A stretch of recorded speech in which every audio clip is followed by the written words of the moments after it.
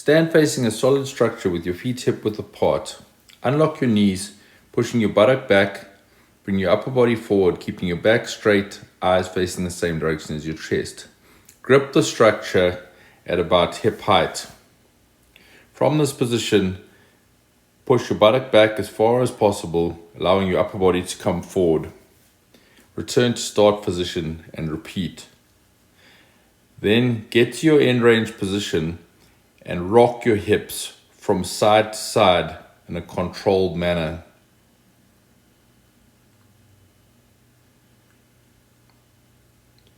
For phase 3, get to your end range position and then rotate your hips forward and backwards on each side, alternating.